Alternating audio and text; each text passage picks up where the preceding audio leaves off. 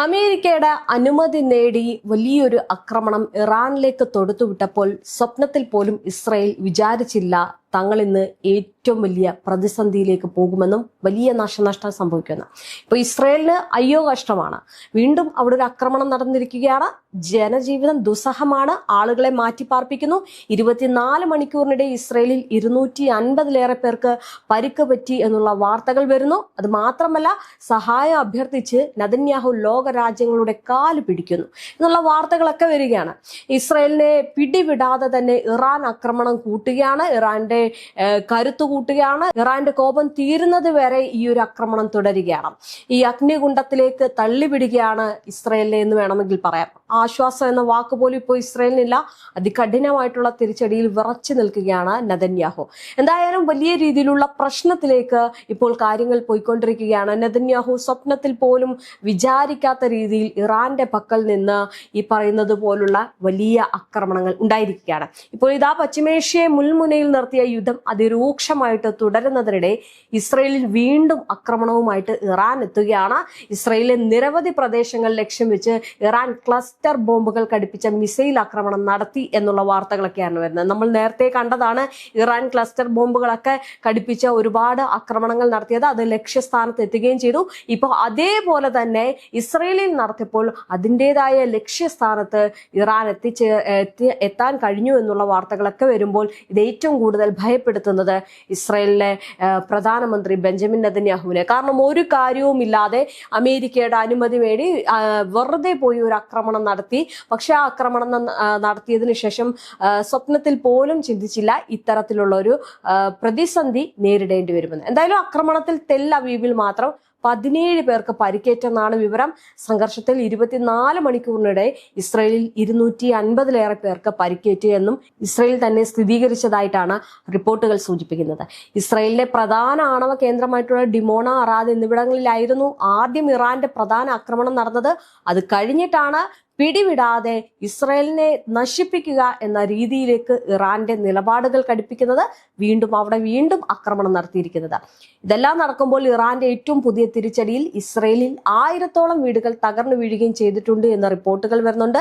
യുദ്ധത്തിൽ തങ്ങൾക്കുണ്ടായ നാശനഷ്ടങ്ങൾ നഷ്ടപരിഹാരം ആവശ്യപ്പെട്ട് 10,000-ലേറെ പേർ ഭരണകൂടത്തിന് അപേക്ഷ നൽകിയിട്ടുണ്ട്. പ്രദേശത്ത് സംഘർഷാവസ്ഥ തുടരുന്നതിനാൽ ഇന്നലെ മുതൽ വീടുകളിൽ നിന്ന് 200-ഓളം പേരെ ഒഴിപ്പിച്ചിട്ടുണ്ട് എന്നൊക്കെ പറയുകയാണ്.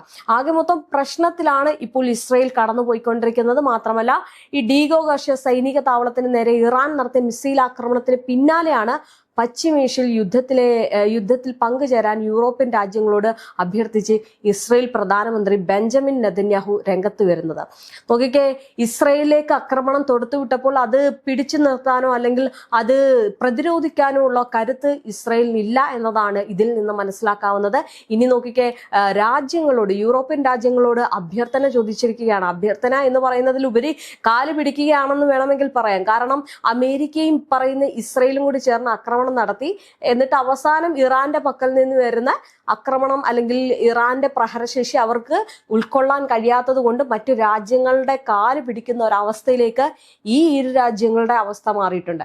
എന്തായാലും ബെഞ്ചമിൻ നെതന്യാഹുവിനെ സംബന്ധിച്ചിടത്തോളം ഇത് ഏറ്റവും വലിയ തിരിച്ചടിയാണ്.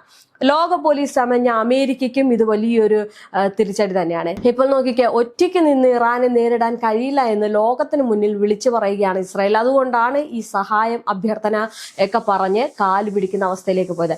എന്തായാലും ഇറാന്റെ മിസൈൽ ആക്രമണം ഉണ്ടായ ഇസ്രായേലിലെ അറാദ് സന്ദർശിച്ച ശേഷമായിരുന്നു ഈ ഒരു പ്രതികരണം.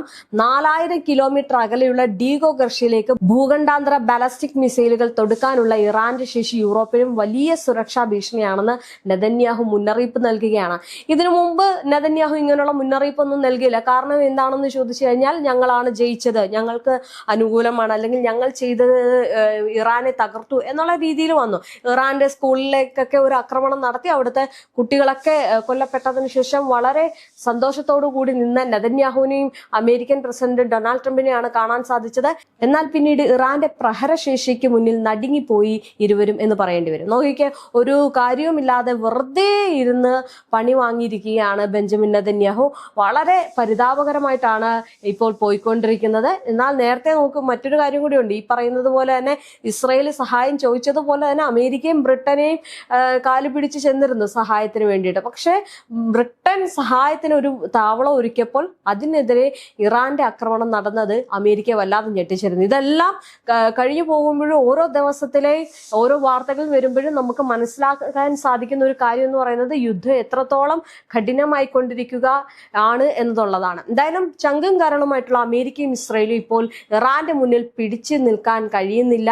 നേരത്തെ പറഞ്ഞതുപോലെ ലോകശക്തി എന്ന് പറഞ്ഞ അമേരിക്കയുടെ ശക്തിയൊക്കെ ഇപ്പോൾ പോയി.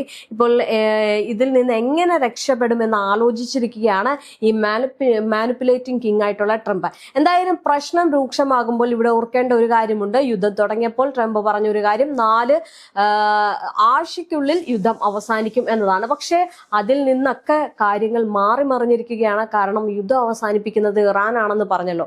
അതുകൊണ്ട് ഇറാന്റെ നീക്കങ്ങൾ എങ്ങനെയാണെന്നുള്ളത് ലോകം കണ്ടുകൊണ്ടിരിക്കുകയാണ്, അതിൽ നടുങ്ങിയിരിക്കുകയാണ്.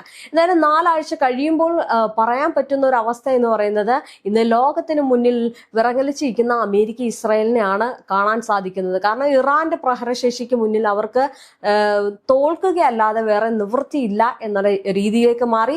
ഇറാന്റെ അതികഠിനമായിട്ടുള്ള പ്രഹരശേഷിക്ക് മുന്നിൽ അവർക്ക് ഒന്നും പിടിച്ചു നിൽക്കാൻ സാധിക്കാത്ത ഒരു അവസ്ഥയിലേക്ക് പോയിക്കൊണ്ടിരിക്കുകയാണ്. എന്തായാലും തെക്കൻ ഇസ്രായേലിലെ ആണവ ഗവേഷണ കേന്ദ്രത്തിന് സമീപമുണ്ടായ ആക്രമണങ്ങളിൽ നിരവധി പേർക്ക് പരിക്കേറ്റതൊക്കെ ഇസ്രായേലിനെ സംബന്ധിച്ചിടത്തോളം വളരെ ആശങ്കപ്പെടുത്തുന്ന ഒരു കാര്യമാണ്. നിലവിലെ കണക്കുകൾ പ്രകാരം നോക്കുകയാണെങ്കിൽ 24 മണിക്കൂറല്ല കേട്ടോ, ഇറാനിൽ 1500-ലധികം ആളുകളും ലെബനാനിൽ 10,000 പേരും കൊല്ലപ്പെട്ടു എന്നുള്ള കണക്കിനൊക്കെ വരുന്നുണ്ട്. എന്തായാലും ലക്ഷക്കണക്കിന് ആളുകൾ അഭയാർത്ഥികളായിട്ട് മാറി ഈ ഒരു സംഘർഷം മേഖലയിലെ സാധാരണക്കാരുടെ ജീവിതം ദുസ്സഹമാക്കിയിരിക്കുകയാണ്. എന്നാൽ ഇതിനിടയിൽ തന്നെ മിഡിൽ ഈസ്റ്റിൽ യുദ്ധം നടക്കുന്നതിനിടെ ഇറാന്റെ ഊർജ്ജ കേന്ദ്രങ്ങൾ ലക്ഷ്യമിട്ട് അമേരിക്ക ആക്രമണം നടത്തിയാൽ തന്ത്രപ്രധാനമായിട്ടുള്ള ഹോർമുസ് കടലിടുക്ക് അനിശ്ചിത കാലത്തിലേക്ക് അടച്ചിടുമെന്നും ഇറാൻ പറഞ്ഞിട്ടുണ്ട്.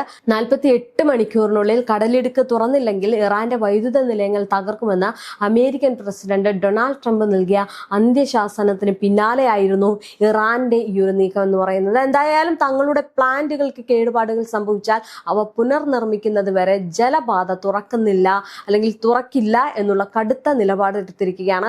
അങ്ങനെയാണെങ്കിൽ അത് ലോകരാജ്യം മുഴുവൻ വളരെ പ്രതിസന്ധിയിലൂടെ കടന്നു പോകേണ്ടി വരും. കാരണം അത്തരത്തിലുള്ള കടുത്ത തീരുമാനങ്ങൾ ഒരിക്കലും അത് യോജിച്ചു പോകാൻ കഴിയില്ല. കാരണം ഇന്ത്യ ഉൾപ്പെടെ നമുക്ക് കണ്ടതാണ് ചെറിയ രീതിയിലുള്ള പ്രതിസന്ധി നേരിട്ടത്. പക്ഷെ ഇന്ത്യയെ സംബന്ധിച്ചിടത്തോളം അവർ തമ്മിൽ ഒരു ചർച്ച വന്നു. അതിനുശേഷം ഇന്ത്യൻ കപ്പലുകൾ, ശത്രുക്കളല്ലാത്തവരുടെ കപ്പലുകളൊക്കെ കടന്നു വരാം എന്നുള്ളൊരു നിലപാടൊക്കെ എന്തായാലും ഇപ്പോൾ ഇറാൻ എടുത്തിട്ടുള്ളത് വളരെ നല്ല ഒരു കാര്യമായിട്ട് തോന്നുന്നുണ്ട്. എന്തായാലും ഇസ്രയേലിലെ ഈ ഒരു ഊർജ്ജ ആശയവിനിമയ കേന്ദ്രങ്ങളെ മേഖലയിലെ അമേരിക്കൻ താല്പര്യങ്ങളെ ലക്ഷ്യം വെക്കുമെന്നും ഇറാൻ വ്യക്തമാക്കിയിരിക്കുകയാണ്. ഇറാന്റെ വാക്കുകൾ വളരെ നിർണായകമാണ്. കാരണം അവർ പറയുന്നതിലുപരി അവർ പ്രവർത്തിക്കുന്ന കാര്യങ്ങളാണ് ഏറ്റവും മുൻതൂക്കം കൊടുക്കുന്നത്. അതാണ് ലോകത്തെ ഞെട്ടിക്കുന്നത്. എന്തായാലും ഇറാനും ഇസ്രയേലും തമ്മിലുള്ള ഈ ഒരു പുതിയ സംഘർഷഘട്ടം പശ്ചിമേഷ്യയിലെ ശക്തി സമവാക്യങ്ങൾ കൂടുതൽ അനിശ്ചിതത്വത്തിലേക്ക് നീങ്ങുന്നതിന്റെ സൂചനയായിട്ട് കണക്കാക്കപ്പെടുന്നു. വാക്കുകളിൽ നിന്ന് പ്രവൃത്തിയിലേക്ക് നീങ്ങി ഈ ഒരു സാഹചര്യത്തിൽ ഒരു തെറ്റായ നീക്കം പോലും വലിയ യുദ്ധത്തിലേക്ക് വഴിതെളിയിക്കുമെന്ന ഭീഷണിയാണ് ഇറാൻ നൽകുന്നത്. അതുകൊണ്ട് തന്നെ തന്ത്രപരമായിട്ടുള്ള ഇടപെടലുകളും അന്താരാഷ്ട്ര സമ്മർദ്ദവും മാത്രം ഈ ഒരു സംഘർഷം നിയന്ത്രിക്കാനുള്ള യഥാർത്ഥ വഴിത്തിരിവായിരിക്കൂ എന്ന് വിദഗ്ധർ മുന്നറിയിപ്പ് നൽകുന്നുണ്ട്. ഇനി ഹോർമോസ് കടലിടുക്കിൽ കപ്പൽ പ്രതിസന്ധി മാത്രമല്ലുള്ളത്.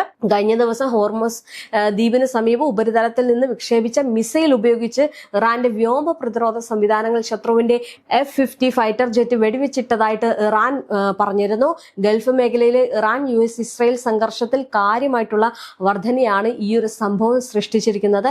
ഇറാൻ പ്രതിരോധ സേനയുടെ ഗ്രൗണ്ട് ടു എയർ സിസ്റ്റം ഉപയോഗിച്ചാണ് അത്യാധുനിക F-50 ഫൈറ്റർ ജെറ്റ് തകർത്തത് എന്ന് ഇറാനിലെ ഫാർസ് ന്യൂസ് റിപ്പോർട്ട് ചെയ്തിട്ടുണ്ട്. എന്തായാലും ടെഹ്റാൻ ടൈംസ് സാമൂഹിക മാധ്യമത്തിൽ പങ്കുവച്ച ഒരു പോസ്റ്റ് അനുസരിച്ച് ഇറാന്റെ തീരദേശത്തിന് മുകളിലായിട്ട് വിമാനം തടയുകയും തന്ത്രപ്രധാനമായിട്ടുള്ള ഹോർമുസ് കടലിടുക്കിന് സമീപത്ത് വീഴുകയുമായിരുന്നു. ഇറാനിയൻ വ്യോമ പ്രതിരോധ സേനയുടെ വിജയകരമായിട്ടുള്ള ഒരു നടപടിയായിട്ടാണ് ഈ ഒരു സംഭവം പോസ്റ്റിൽ വിശേഷിപ്പിക്കപ്പെട്ടത്. ഈ ഒരു അവകാശവാദത്തോടൊപ്പം തന്നെ പുറത്തിറങ്ങിയ ചെറിയൊരു വീഡിയോ ക്ലിപ്പിൽ ഇൻഫ്രാറെഡ് ട്രാക്കിംഗ് സിസ്റ്റം ഒരു ലക്ഷ്യത്തെ ട്രാക്ക് ചെയ്യുന്നതും പിന്നീട് ഒരു വലിയ തീജ്വാലയും ഇതിൽ കാണാൻ സാധിക്കും. അതായത് യുദ്ധം അതികഠിനമായിട്ട് തുടരുകയാണ്. മാത്രമല്ല ഇനി ഇതൊരു പ്രതിരോധമാണോ ആക്രമണമാണോ എന്നുള്ളതും സൂചിപ്പിക്കുന്നുണ്ട്. എന്തായാലും ഇറാന്റെ അവകാശവാദം ഇതുവരെ സ്ഥിരീകരിക്കപ്പെട്ടിട്ടില്ല. US-ഓ ഇസ്രായേലോ ഒരു F-50 വിമാനം തകർന്നതായിട്ട് ഔദ്യോഗികമായിട്ട് സ്ഥിരീകരിച്ചിട്ടില്ല. സ്ഥിരീകരിക്കപ്പെട്ടാൽ US-നെതിരായിട്ടുള്ള നിലവിലെ സംഘർഷത്തിൽ ഇറാൻ തകർത്തതോ വീഴ്ത്തതോ ആയ അമേരിക്കൻ ജെറ്റുകളുടെ എണ്ണം 6 ഡസനിലധികമാകും എന്നതിൽ സംശയമില്ല. US കൂടാതെ സൗദി അറേബ്യ, ഇസ്രയേൽ, ഖത്തർ തുടങ്ങിയ രാജ്യങ്ങളും F-50 വിമാനങ്ങൾ അവരുടെ വ്യോമ പ്രതിരോധത്തിന്റെ ഭാഗമായിട്ട് ഉൾപ്പെടുത്തിയിട്ടുണ്ട്. അത്യാധുനിക ജെറ്റുകളിൽ ഒന്നായി കണക്കാക്കപ്പെടുന്ന 5ാം തലമുറ ജെറ്റായ US F-35 ലൈറ്റനിങ് 2 ആദ്യം ആക്രമിച്ച രാജ്യമായിട്ട് ഇറാൻ അവകാശപ്പെട്ടതിന് തൊട്ടു പിന്നാലെയാണ് ഏറ്റവും പുതിയ ആക്രമണം നടന്നിരിക്കുന്നത്. എന്തായാലും US പ്രതിരോധ ഉദ്യോഗസ്ഥരെ ഉദ്ധരിച്ച് ഒരു F-35 അടിയന്തര ലാൻഡിംഗ് നടത്തിയതൊക്കെ നമ്മൾ കണ്ടതാണ്. ഏത് നിമിഷവും എന്ത് സംഭവിക്കാം എന്ന നിലപാടിലേക്കാണ് ഇറാൻ പോകുന്നത്. എന്തായാലും ഇവിടെ ഭയപ്പെട്ടിരിക്കുന്നത് എപ്പോഴും ഇസ്രായേൽ തന്നെയാണ്. നേരത്തെ അമേരിക്കയ്ക്കായിരുന്നു ഏറ്റവും കൂടുതൽ ഭയമെങ്കിൽ ഇന്ന് ഏറ്റവും കൂടുതൽ പേടിക്കുന്നത് ഇസ്രായേലിനാണ്. കാരണം ഇസ്രായേലിലെ ജനങ്ങൾക്ക് പരിക്കേറ്റതോ അവിടുത്തെ വീടുകൾ തകർന്നതിന്റെ എണ്ണം ഈ പറയുന്ന അമേരിക്കയുടെ കാട്ടി കൂടുതലാണ്. അമേരിക്കയ്ക്ക് ഒരു പക്ഷേ ഈ എയർബേസുകളൊക്കെ നഷ്ടമായത് വലിയ സാമ്പത്തിക നഷ്ടം ഉണ്ടാക്കിയിട്ടുണ്ടെങ്കിൽ ഇസ്രായേലിലേക്ക് വരുമ്പോൾ അവിടുത്തെ ജനജീവിതം ദുസ്സഹമാക്കുന്ന രീതിയിലേക്കാണ് നാശനഷ്ടങ്ങൾ ഇറാൻ തൊടുത്തുവിട്ടിരിക്കുന്നത്. അതുകൊണ്ട് തന്നെ യുദ്ധം ഒരിക്കലും അവസാനിക്കുന്നില്ല എന്ന് പറയാൻ പറ്റില്ല. പക്ഷേ യുദ്ധം എപ്പോൾ അവസാനിക്കും എന്നുള്ളതാണ് ഇപ്പോൾ ലോകരാജ്യങ്ങൾ ഉറ്റുനോക്കുന്നത്.